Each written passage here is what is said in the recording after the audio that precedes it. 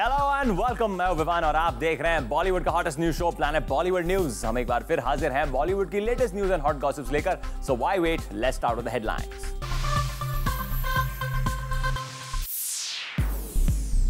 सलमान से मिलने शाहरुख क्यों पहुंचे दुबई?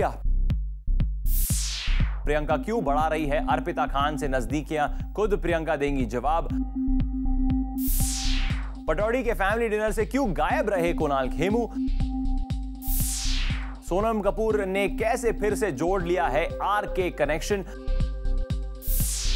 और दिखाएंगे नेहा धूपिया का एक एक्सक्लूसिव इंटरव्यू। सलमान खान और शाहरुख खान एक ही इवेंट में जाना अवॉइड करते हैं, लेकिन दोनों के फैंस की चाहत है कि ये दोनों साथ आए। आईफा के रीसेंट अवार्ड नाइट में ये सबकी चाहत अधूरी रह गई, पर दुबई में बीइंग ह्यूमन के स्टोर लॉन्च पर ये चाहत पूरी होती दिखी, जहां सलमान को सपोर्ट करने आए शाहरुख खान। क्या है ये पूरा चक्कर, देखिए हमारी अगली स्टोरी में।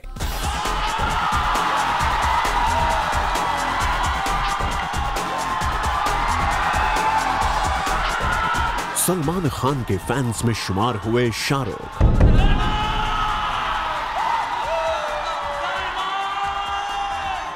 सलमान और शाहरुख आए एक ही छत के नीचे।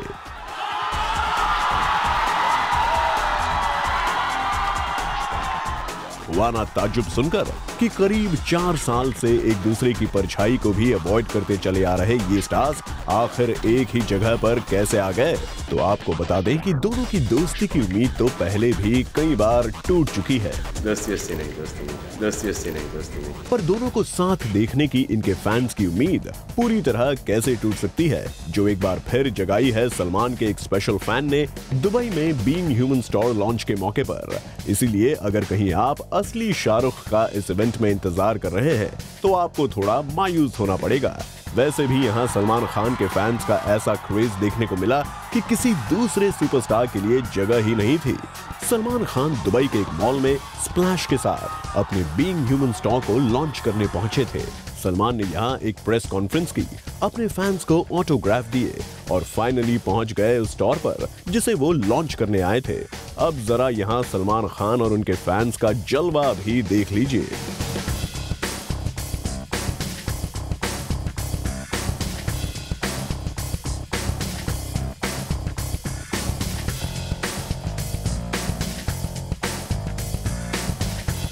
वाकई यहाँ सलमान का जितना जलवा रहता है, दुबई में भी उससे कम जलवा नजर नहीं आ रहा है उनका। लेकिन जैसे ही इस जलवे की वजह से कुछ लेडीज और बच्चों को प्रॉब्लम्स हुई, तो सलमान ने अपने बेकाबू फैंस को समझाने में कोई देर नहीं की।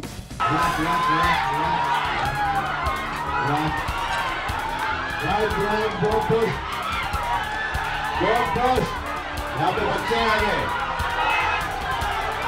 पीछे पीछे पीछे पीछे पीछे पीछे।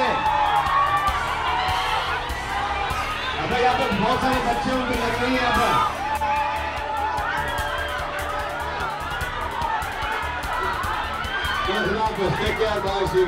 पीछे डोंट पुश।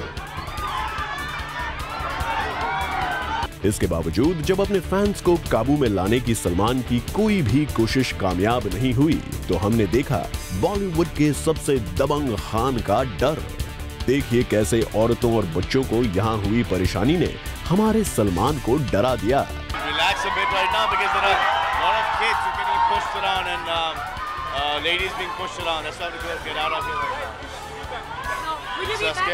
सलमान अपने ही फैंस से इस कदर डर गए कि उन्होंने इस इवेंट से निकल जाने में ही अपनी और बाकी लोगों की भलाई समझी।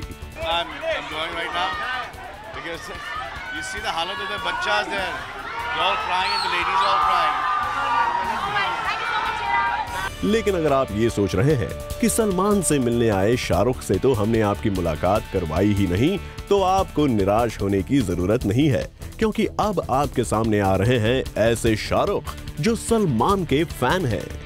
Shahrukh, I'm from Pakistan and I'm your fan as well. The name is Shahrukh, I'm from Pakistan and I'm your fan as well. एक नहीं, यहाँ सलमान के हजारों फैंस थे। इनमें शाहरुख स्पेशल क्यों है ये बताने की जरूरत नहीं है। आखिर सलमान खान के फैंस में शाहरुख भी हों, ये उनका कौन सा फैन नहीं चाहेगा भला।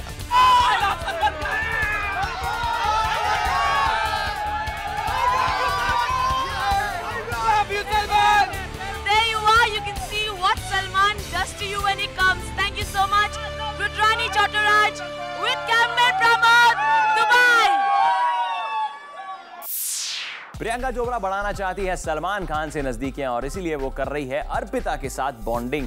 लेकिन शाहरुख कैंप की मेंबर रही प्रियंका को अचानक ऐसा करने की क्या जरूरत पड़ गई? फुल डिटेल्स देगी हमारी अगली स्टोरी। प्रियंका चोपड़ा बनना चाहती है सलमान की दोस्त, इसीलिए वो बढ़ा रही है सलमान की सिस्टर अर्पिता से नजदीकियां। ऐसी खबर पिछले कई दिनों से न्यूज़पेपर्स और मैगजीन्स में आ रही थी और इसीलिए जूम ने तेरी मेरी कहानी के स्पेशल स्क्रीनिंग पर प्रियंका से इस न्यूज पर पूछा एक सवाल। लोग कहते हैं कि आप अर्पिता से बॉन्डिंग कर रहे हैं क्योंकि you want to get closer to Salman. What do you have to say about it? मैं अर्पिता को पिछले 6 साल से जानती हूँ, तो शायद 6 साल से करने की कोशिश कर रही हूँ, लेकिन जी नहीं। हम लोग जब मैं लव स्टोरी 2050 कर रही थी तब से एक दूसरे के दोस्त।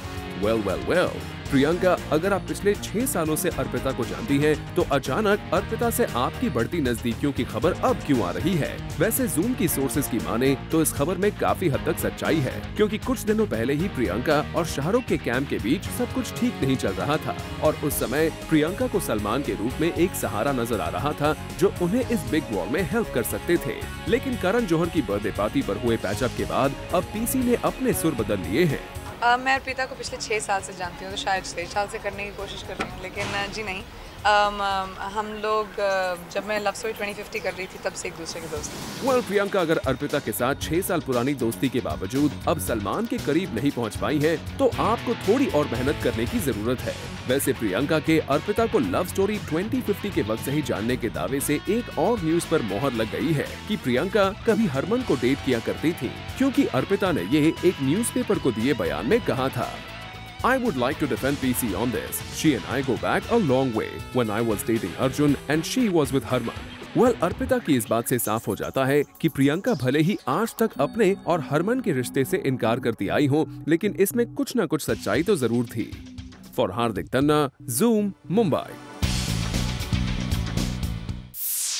सोहा अली खान और कुणाल खेमू के रिश्ते के बारे में पूरा बॉलीवुड जानता है और सोहा की मॉम शर्मिला को इस रिश्ते से कोई प्रॉब्लम नहीं है, लेकिन सैफ अभी भी इस रिश्ते से है नाखुश और यही वजह है पटौड़ी फैमिली के एक डिनर पार्टी से कुणाल खेमू जो रहे गायब। क्या है कुणाल और सैफ के रिश्ते में बढ़ती प्रॉब्लम की वजह? Full details is up next. Saif Ali Khan अपनी बहन सोहा अली खान के बॉयफ्रेंड कुणाल खेमू को नहीं करते पसंद। उन्हें नहीं चाहिए कि सोहा करे कुणाल के साथ शादी। ये पूरी खबर तो हम आपको पहले ही दे चुके हैं, पर अब सामने आ रही है एक और बात। जी हाँ, रिसेंटली लंदन में रखा गया एक फैमिली डिनर, जहां सैफ अली खान ने अपनी पूरी फैमिली के साथ किया डिनर, पर कुणाल खेमू को इस डिनर के लिए नहीं किया गया इनवाइट। दरअसल कुणाल और सोहा दोनों ही पहले से लंदन में थे मौजूद। इसके बावजूद सैफ ने अपनी बहन सोहा, मॉम शर्मिला और गर्लफ्रेंड करीना के साथ ही किया डिनर और इस फैमिली गेट टुगेदर से कुणाल को रखा गया बाहर। यानी कि ये कि ऑल्दो कुणाल थे लंदन में, लेकिन फिर भी उन्हें नहीं किया गया इनवाइट। वैसे जब शर्मिला जी ने सोहा अली खान और कुणाल खेमू को 9 क्रॉस का फ्लैट गिफ्ट किया था, तब यूं लग रहा था कि जल्द ही सोहा और कुणाल की शादी भी अनाउंस की जा सकती है। पर बीच में ये खबर आ गई कि सैफ नहीं चाहते कि सोहा कुणाल के साथ सेटल हो। अब सोहा इवेंचुअली क्या डिसीजन लेती हैं, इसके लिए हमें करना पड़ेगा थोड़ा सा इंतजार। For Kavita Nagia, Zoom, Mumbai. अनुराग कश्यप की फिल्म के फेवर में मुंबई हाई कोर्ट ने दिया है एक फैसला, लेकिन अनुराग के फेवर में आए इस फैसले से गैंग्स ऑफ वसेपुर के फैंस हो गए हैं नाराज। क्या है इस नाराजगी की वजह? Find out in our next story.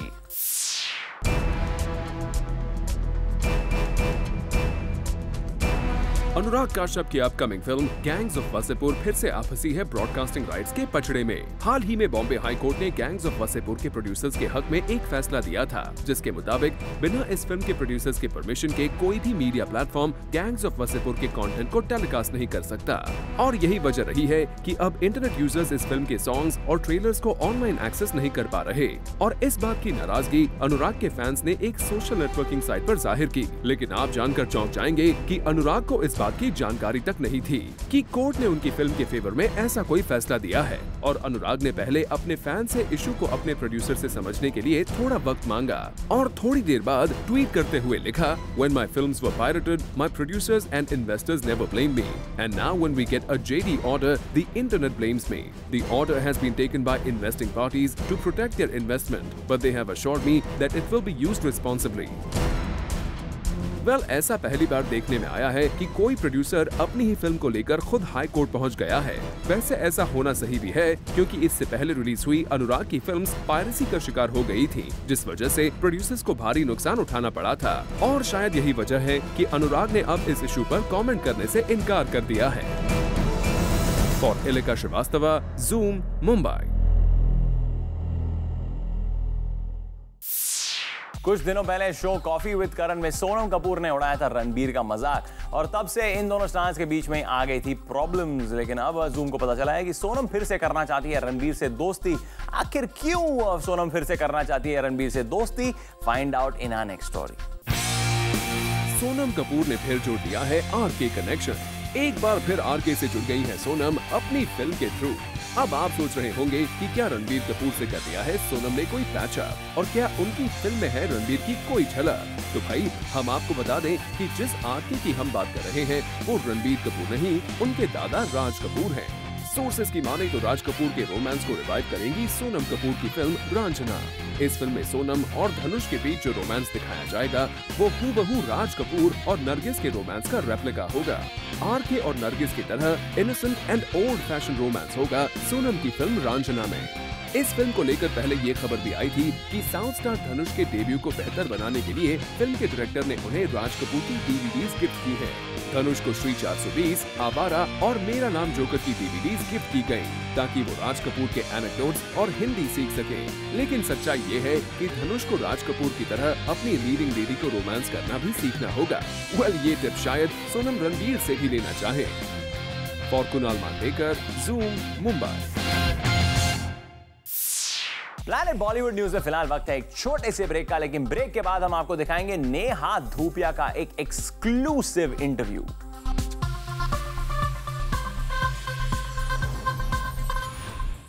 Diwakar Banerjee की फिल्म शंघाई में एक इंपॉर्टेंट रोल करते हुए नजर आए एक्टर पितोबाश त्रिपाठी। लेकिन अब मीडिया में पितोबाश जमकर कर रहे हैं दिवाकर की बुराई। क्या है इसकी वजह? Find out in our next story. जहां पितोबाश को उनकी पिछली फिल्म के लिए बेस्ट कॉमेडियन का अवार्ड मिला है, वहीं उनकी नेक्स्ट फिल्म शंघाई में उन्हें कर दिया गया है इग्नोर। जी हां, कुछ ऐसा ही आरोप लगाया है शंघाई के एक्टर पितोबाश त्रिपाठी ने, क्योंकि वो नाराज है दिवाकर बैनर्जी और उनकी टीम से।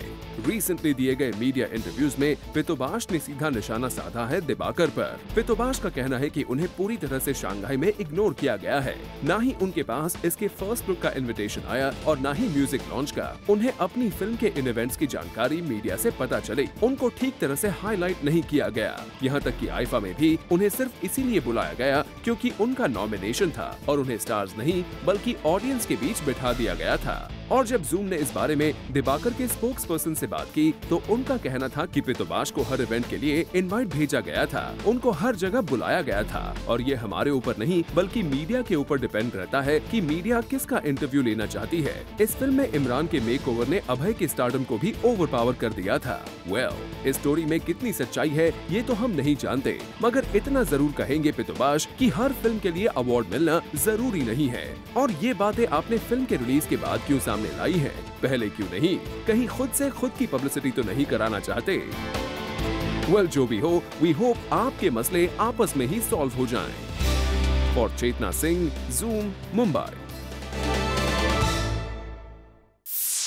एक्ट्रेस नेहा धूपिया अपनी फिल्म मैक्सिमम को लेकर हैं काफी एक्साइटेड और रिसेंटली ज़ूम के साथ बात करते हुए नेहा ने बताया कि ऑडियंसेस को इस फिल्म को देखने क्यों जाना चाहिए। When it comes to fashion, glamour, dressing up, styling, Neha Dhupia always manages to get 10 on 10. Right, Neha? Are you like used to it? चीज़ें भी बहुत आसानी से आपके लिए हो जाती हैं? Well, ये तो बहुत बड़ा compliment हो गया. I think in our country and जो actresses हैं आजकल सब बहुत ही खूबसूरत लगती हैं, बहुत ही fashion conscious हैं. But I mean, yeah, अगर आप मेरे से पूछें तो मेरे को अगर सच कहना हो, I'll go to any extent, I'll endure any amount of pain as long as I look fashionable. Neha, अभी हम फैशन की बात कर रहे हैं, ग्लैमर की बात कर रहे हैं, लेकिन आपकी जो आने वाली फिल्म है मैक्सिमम, उसमें आप उतनी ही सिंपल तरीके से ड्रेस्ड अप है. So what attracted you towards this character? I think जो मेरी सिनेमा में choices होती हैं, they are never defined by what I'm wearing. मेरे किरदार के बारे में बात करें तो I play Supriya, that's Sonu Sood's wife. और जी हाँ, I am clad in cotton saris. और अगर हम फैशन की बात करें, वो भी एक तरीके का फैशन ही है, you know, amongst our housewives and home makers. And there is a large majority of our audience जो बहुत कंफर्टेबल हैं कॉटन साड़ीज़ में और बहुत खूबसूरत भी लगती हैं. So Neha, it was pleasure talking to you as always, and I wish you all the best for all your forthcoming films and hoping to see more and more of you in Bollywood. Thank you so much. Thank you very much. Thank you. Planet Bollywood news में फिलहाल वक्त है एक और छोटे से break का, लेकिन आप कहीं मत जाएगा क्योंकि ब्रेक के बाद भी बहुत कुछ बाकी है. सो स्टे विद अस.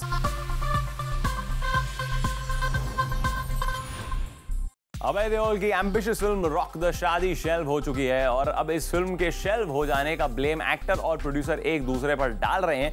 लेकिन क्या है इस फिल्म के शेल्व होने का रियल रीजन? जूम आपको देगा एक्सक्लूसिव अपडेट. अभय देओल पर भड़क गए हैं उनकी फिल्म रॉक द शादी के producer Siddharth Jain.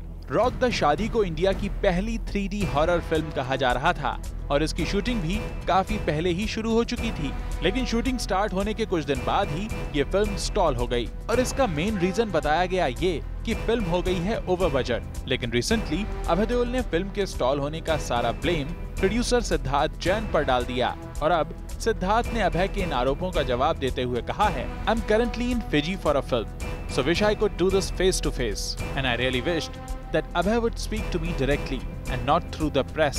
All I can say is that Abhay should check the facts. Well, लगता है सिद्धार्थ अभय के कमेंट से कुछ ज्यादा ही हर्ट हो गए हैं. सिद्धार्थ का कहना है कि रॉक द शादी उनके लिए भी एक काफी इम्पोर्टेंट प्रोजेक्ट थी, लेकिन फिल्म के फर्स्ट शेड्यूल में ही इतना खर्च हो गया कि उन्हें इस फिल्म को स्टॉल करने का फैसला लेना पड़ा. और इस फिल्म के स्टॉल होने के पीछे केवल मनी इश्यूज ही हैं और इससे ज्यादा ना तो वो जानते हैं और ना ही बात करना चाहेंगे. What looks like as of now, only passing of the blames is going on. We just hope that things get sorted out and film goes on floors soon. For Aati Rani, Zoom, Mumbai.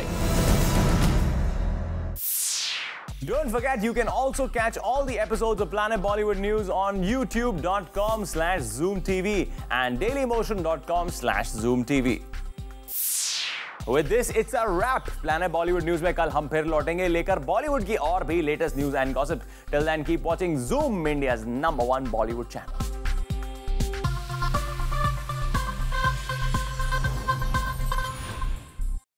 Hi, this is Omar Qureshi. Add Zoom TV to your circle on Google Plus and get juicy bites of Bollywood entertainment round the clock.